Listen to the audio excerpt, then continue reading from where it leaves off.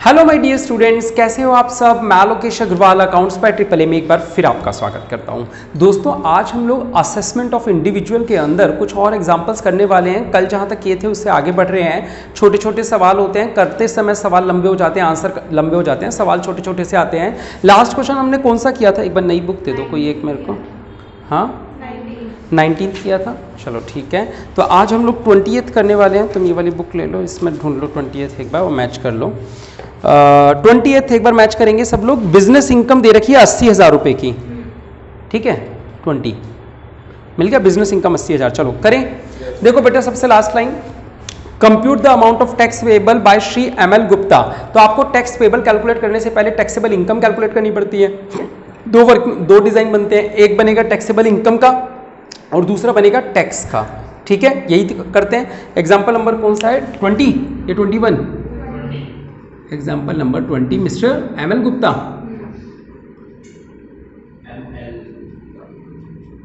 ठीक है, और असेसमेंट ईयर 2020-21। तो ये वाला जो हम डिजाइन बनाते हैं, किस चीज का बनाते हैं बेटा, कंप्यूटेशन ऑफ टैक्सेबल इनकम का, है ना। यानी इसमें तो टैक्सेबल इनकम कैलकुलेट करेंगे और उधर टैक्स कैलकुलेट कर देंगे, ठीक है। अच्छा, पहले सवाल पढ़ लेते हैं एक बार आराम से, ताकि सवाल की सारी बातें पता चल जाएं, ठीक है। क्योंकि एक भी बात अगर बाद में बोली गई होती है तो फिर वो धोखा दे जाती है हम लोगों को। आओ पहले पूरा सवाल पढ़ लेते हैं, ठीक है। कुछ मार्क करना होगा तो मार्क करते रहते हैं। आ जाओ।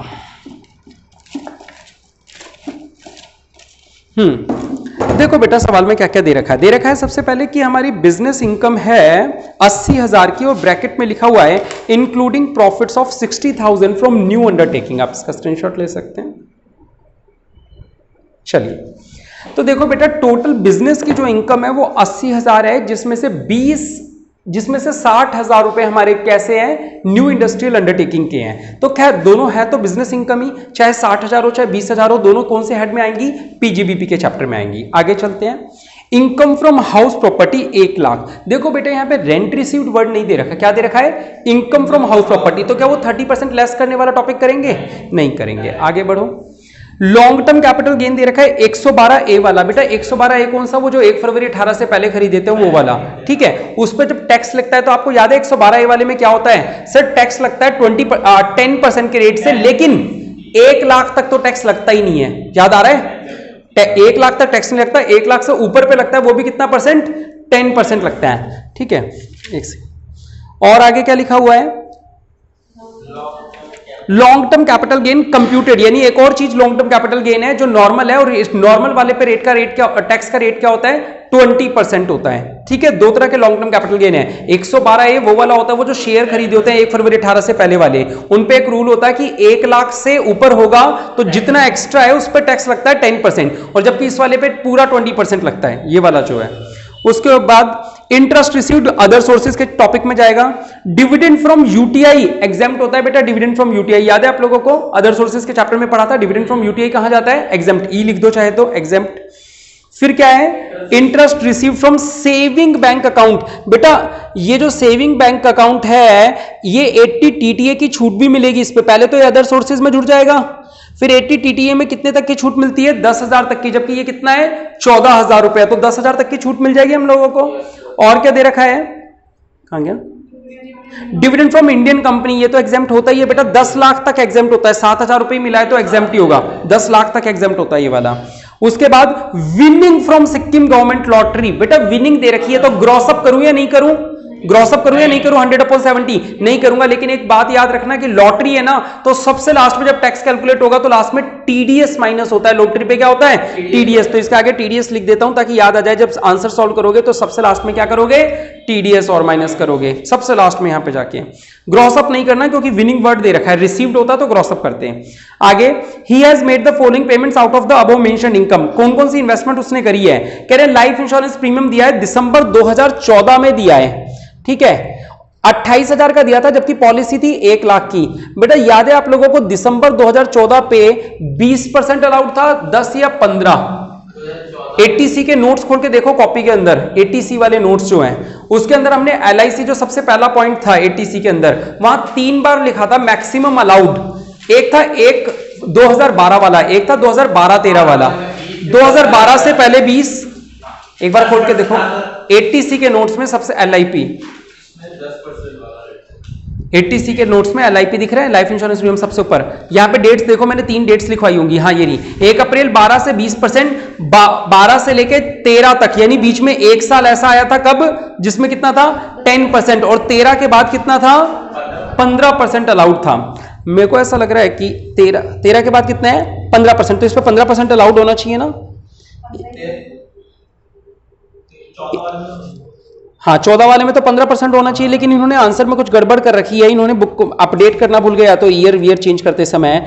देखो आंसर का वर्किंग नोट नंबर 3 चेक करो एक बार, क्या है 10% ले रखा है ना, यानी यहाँ पे दिसंबर 2000 10% कब था अपना 10%, तो 15 के 10% एक ही साल में था, बस 12 से 13 में, यानी दिसंबर 12 कर दो, या तो सवाल की डेट को दिसंबर 14 की बजाय क्या कर दो दिसंबर 2012 कर दो, क्योंकि सन 2012-13 बस एक साल ऐसा था जिसमें 10% का रेट था।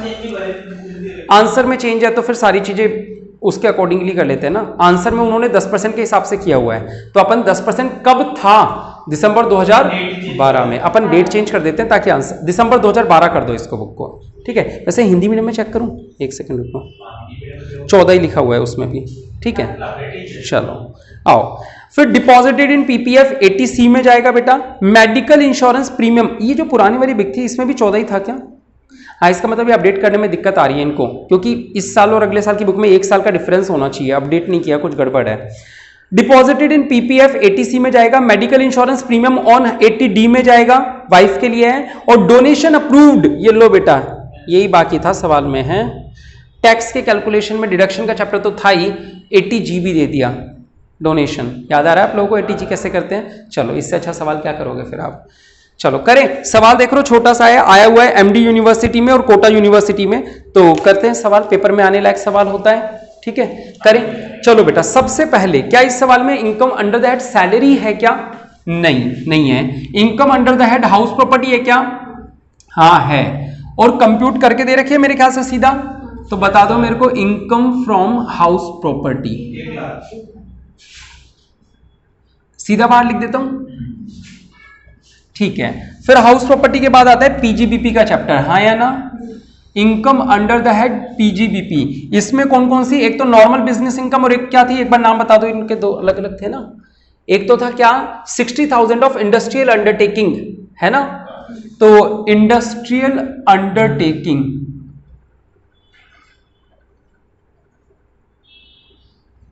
कितना है 60,000, और अदर बिजनेस लिख देता हूं, अदर बिजनेस, उससे कितना होगा 20,000, 80 तो टोटल है, तो बाहर कितना आ जाएगा 80,000। अब कैपिटल गेन का चैप्टर है बेटा, income under the head capital gain, उसके अंदर 2 लॉन्ग टर्म कैपिटल गेन दे रखे हैं, एक लिखा हुआ है long term capital gain under section 112A, और एक है केवल लॉन्ग टर्म कैपिटल गेन। कितना कितना है दोनों बेटा? 1,40,000 और 2,40,000। तो ये है 1,40,000 और ये कितना है? शॉर्ट टर्म भी है क्या सवाल में? नहीं है, तो ये हो गया 3,80,000। कोई डाउट किसी को? नहीं होगा। फिर कैपिटल गेन के बाद था अदर सोर्सेस, है ना। चलो अदर सोर्सेस के अंदर 3-4 चीजें थी, एक बार बताओगे मेरे को एक एक करके। रिसीव्ड था, अच्छा छोटी वैल्यू थी, 10,000 से ऊपर थोड़ी है ये। हाँ, interest received from government securities, अच्छा गवर्नमेंट सिक्योरिटीज में तो वैसे भी ग्रॉस अप नहीं करते, कितनी 8,000। उसके बाद अगला आइटम डिविडेंड, किससे? फ्रॉम UTI, कितना था? 5,000। तो ये तो कितना होगा? एग्जेम्प्ट होगा, कितना भी हो। फिर डिविडेंड, फिर क्या था अगला item? Interest received from saving account, कितना? 14,000 रुपए। फिर एक और डिविडेंड था, डिविडेंड फ्रॉम इंडियन कंपनी, हाँ तो बताना पड़ेगा उनको कि क्या है, एग्जेम्प्ट है। तो 14 और 8 कितना हो गया? 22,000। आ रहा है सभी को समझ में?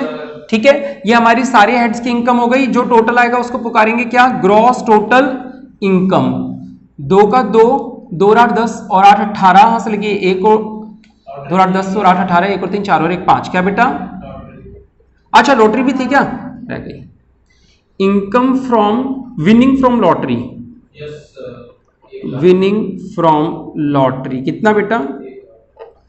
1,00,000 रुपए। तो ये हो गया 1,22,000, ये हो गया 6,82,000। मैच कर लो एक बार, ठीक है। अब यहां डिडक्शंस माइनस करेंगे under section 80C to 80U, है ना। तो सबसे पहले 80C की बात करें। 80C में लाइफ इंश्योरेंस प्रीमियम दिया कितना है अपन ने, पे कितना किया है? 28,000, जबकि मैक्सिमम अलाउड कितना है? 10%, यानी 1,00,000 का 10% और दूसरा क्या? 28,000, विच एवर इज लेस, तो कितना आ जाएगा? 10,000। आ रहा है समझ में? दूसरा पीपीएफ था, कुछ था ना, पीपीएफ था। कितना है पीपीएफ? हाँ 70,000 का पीपीएफ। और क्या था? ऊपर सैलरी तो थी नहीं, पीपीएफ है, मेडिकल है, 80D। तो एक बार 10 और 70 कितना हो गया?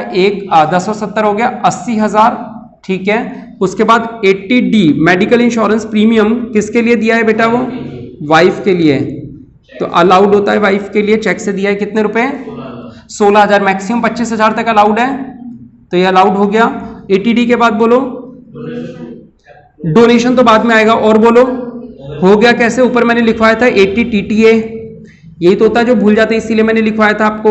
Interest received on saving account कितने रुपए था बेटा? 14,000, लेकिन मैक्सिमम कितना है? 10,000। तो कितना अलाउड होगा? 10,000। अब कौन सी डिडक्शन आएगी? 80G की। 80G में हमने डोनेशन किसको दिया है? Approved charitable institution. तो यहां पे donation to approved charitable institution. याद है आप लोगों को? इसमें क्या करते हैं हम लोग? कहां करें इसको? यहां कर देता हूं, चलो देखो बेटा। 80G का वर्किंग नोट बनाएंगे। सबसे पहले निकालेंगे क्या? AGTI यानी एडजस्टेड ग्रोस टोटल इनकम। कैसे निकलती है? Gross total income minus long term capital gain minus short term capital gain. यहां लिख दूं क्या? लॉन्ग टर्म कैपिटल गेन, ये है GTI, ठीक है, minus short term capital gain 111 ये वाला, ये नहीं है। फिर माइनस डिडक्शंस, जो भी डिडक्शन हमें मिली है, 80 और 10 90 और 1,00,000 6,000। हाँ या ना? बताओ बेटा, एक बार हेल्प करो। 680 3,00,000 2,000 2,00,000 2,000, फिर 4,000 और कम कर दो, 198 शायद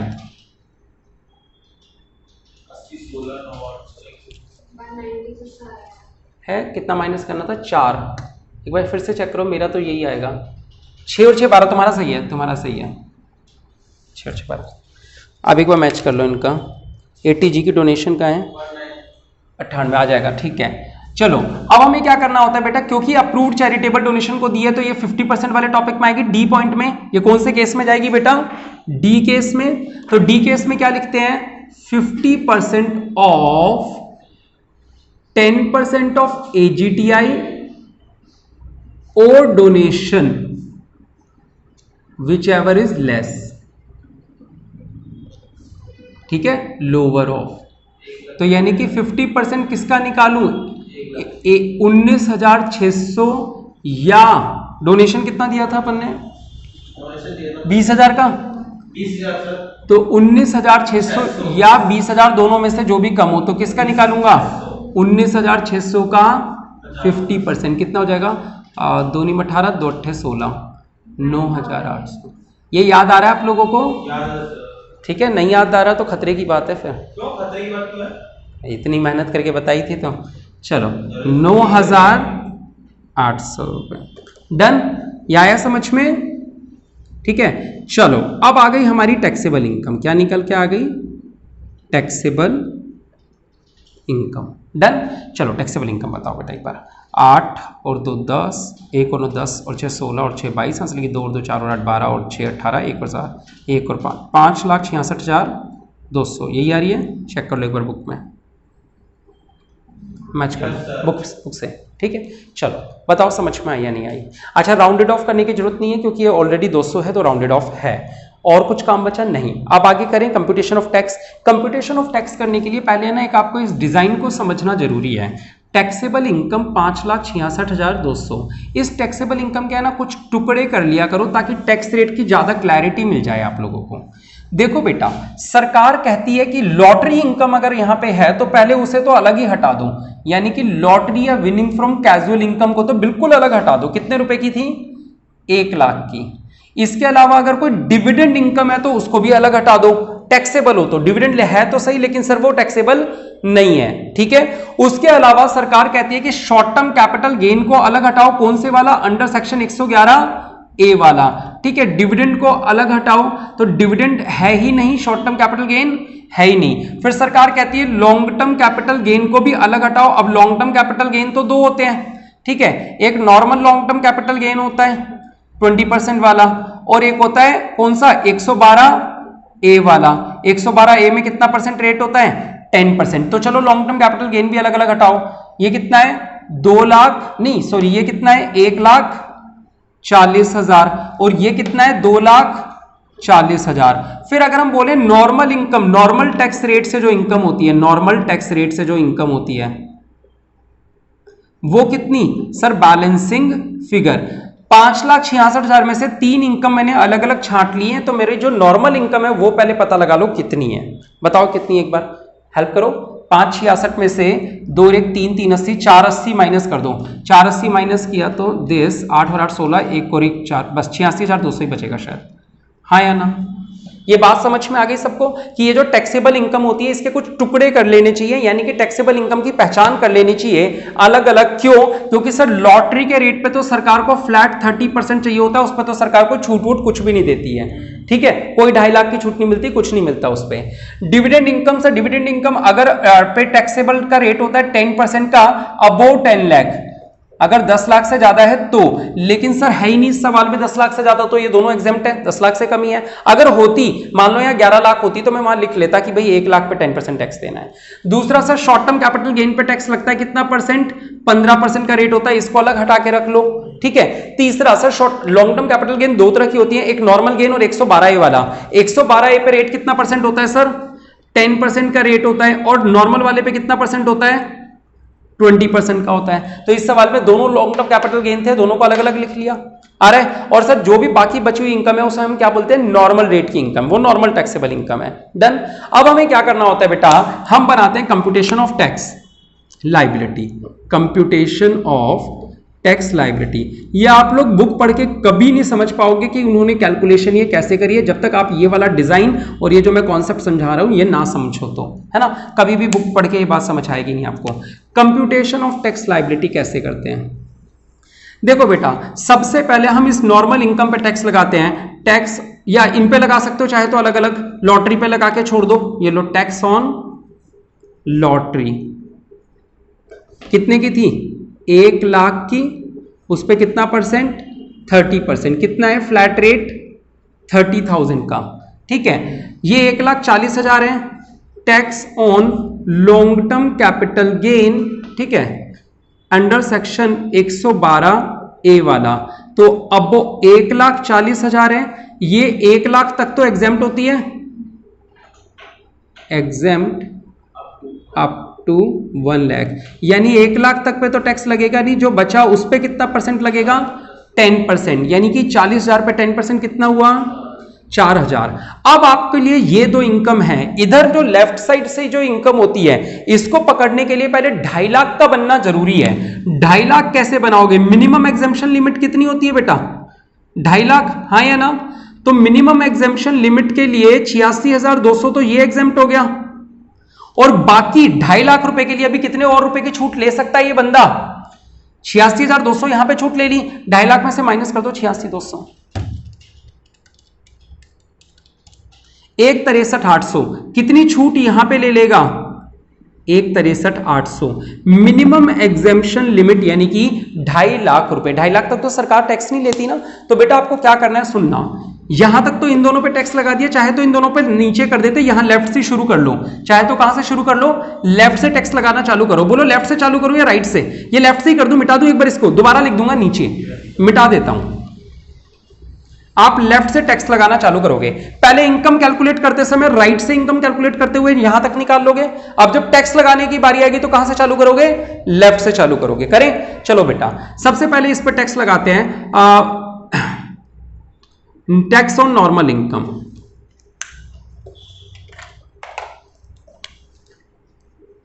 tax on normal income. Sir 86,200 पे 0% टैक्स लगेगा तो कितना हुआ? 0। फिर tax on long term capital gain, ये वाला कितने वाला? 2,40,000 वाला। बेटा 2,40,000 के हम दो टुकड़े करेंगे। हम 1,63,800 रुपए तो 2.5 लाख तक की एग्जेम्पशन लिमिट में ले लेंगे। मिनिमम एग्जेम्पशन लिमिट कितने की है? 2.5 लाख की। तो इस पे भी 0% रहा और इस पे भी कितना रहा? 0%। समझ रहे हो ना? 2.5 लाख तक तो सरकार टैक्स लेगी नहीं, तो ये भी 0। लेकिन जो बचा हुआ लॉन्ग टर्म कैपिटल गेन है, कितना बच गया? 8 और 2 10, हां से लगी 1 और 4 8 और 2 10, हां से लगी 1 और 3 4 और 6 10, 1 और 6 7 और 7 14, 1 और 1 2। ये जो 76,200 रुपए है, इस पे सरकार टैक्स लेगी कितना परसेंट? 20%। ये बात समझ में आई? हम लेफ्ट से राइट पे जाएंगे। सरकार हमें यहां से आगे बढ़ते हुए 2.5 लाख रुपए तक तो छूट देती है कि 2.5 लाख रुपए तक टैक्स नहीं लगेगा। तो 2.5 लाख रुपए अगर मैं कहूं तो 2.5 लाख में से 86,200 तो ये क्लेम कर लिए, बाकी कितने और बचे जो मैं यूज कर सकता हूं? 1,63,800 रुपए यूज कर सकता हूं। वो 1,63,800 रुपए मैंने और यूज कर लिया जिसपे सरकार ने टैक्स नहीं लिया, यानी कि मेरे 2.5 लाख रुपए ये तो बच गए। अब सर ये टोटल इनकम थी 240 की, जिसमें से 1,63,800 पे टैक्स नहीं लिया, लेकिन बचे हुए पे तो लेगी सरकार टैक्स। जो 2.5 लाख से ऊपर रकम है वो उस पे तो लेगी ना। ये तो 2.5 लाख से ऊपर गया। अब तो कितना ऊपर गया? 76,200। समझ रहे हो? This minus this 76,200। और ये कैसे आया था सर? 2.5 लाख। ये कैसे आया था? 2.5 लाख में से 86,200 माइनस करके। समझ रहे हो? आ रहा है बेटा समझ में? पक्का?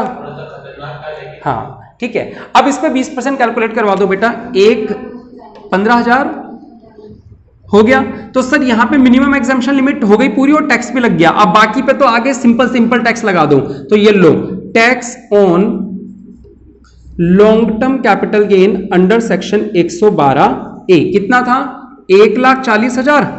ठीक है। इस पे टैक्स की रेट कितनी लगाओगे?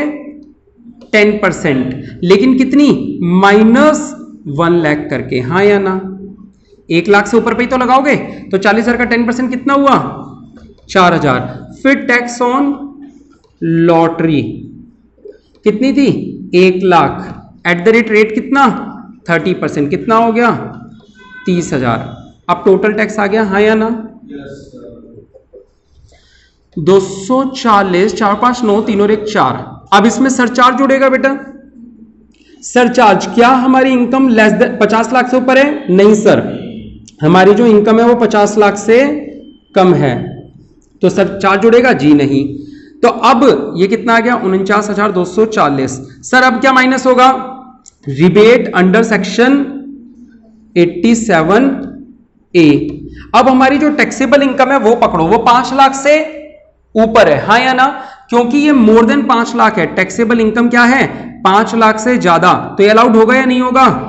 नहीं होगा। 49,240। अब क्या जुड़ेगा इसमें? Secondary and higher education cess. कितना परसेंट बेटा? 4%। 19,669 है तो 70 कर देता हूं। तो ये जोड़ दो, 4 और 7 11, 1 और 9 10 और 2 12, 1 और 1 2 और 9 11, 1 और 4 5। हमें लगता है कि हमारा सवाल खत्म हो गया है, लेकिन अब इसमें से क्या माइनस करना बाकी है? TDS on lottery. बेटा कितना टैक्स कटा था टीडीएस? 30,000। तो यानी अब हम सरकार को कितने रुपए देके आएंगे? 21,210 रुपए नेट टैक्स पेबल आया। पॉजिटिव है तो यानी कि दे के आना है, अगर नेगेटिव आता तो वापस रिफंड ले लेते सरकार से। आंसर मैच कर लो एक बार। डन? ठीक है। इस सवाल में एक LIC वाला पॉइंट था कि ये 10% वाला हमने ईयर चेंज किया है, बाकी तो खैर नॉर्मल। तो देख लो बेटा, सवाल देखने में बहुत छोटा था, लेकिन अगर एक बार घर पे सच में प्रैक्टिस कर लो ना तो ये चैप्टर पे कॉन्फिडेंस आने लग जाएगा। अपन ने 3 सवाल किए शायद इसके, अभी जो पीछे वाली साइड से किए हैं। तो अगर आप इस तरीके के सवाल कर लो तो 2-3 सवाल करने के बाद आपको पता चल जाएगा हाँ भाई पैटर्न क्या चल रहा है। होता क्या, मैं करवा रहा हूं तब तो देख के समझ में तो आएगा, लेकिन जब लिखने बैठोगे तब पता चलेगा कि यहां पे करना क्या है सिचुएशन। पहले इनकम को बांटना है, इनकम को किस किस हेडिंग में बांटा जाता है, और राइट से लेफ्ट को बांटना है इनकम को ऐसे। फिर जब टैक्स कैलकुलेट होगा तो लेफ्ट टू राइट कैलकुलेट करना है, टैक्स जो करना है। आ रही है बात समझ में? तो इस तरीके से आप लोगों को चीजों को समझना होगा। 80G की कैलकुलेशन पिछले चैप्टर में थी जो, ठीक है। चलिए आप इसका स्क्रीनशॉट ले सकते हैं, आप इसकी फोटो ले सकते हैं।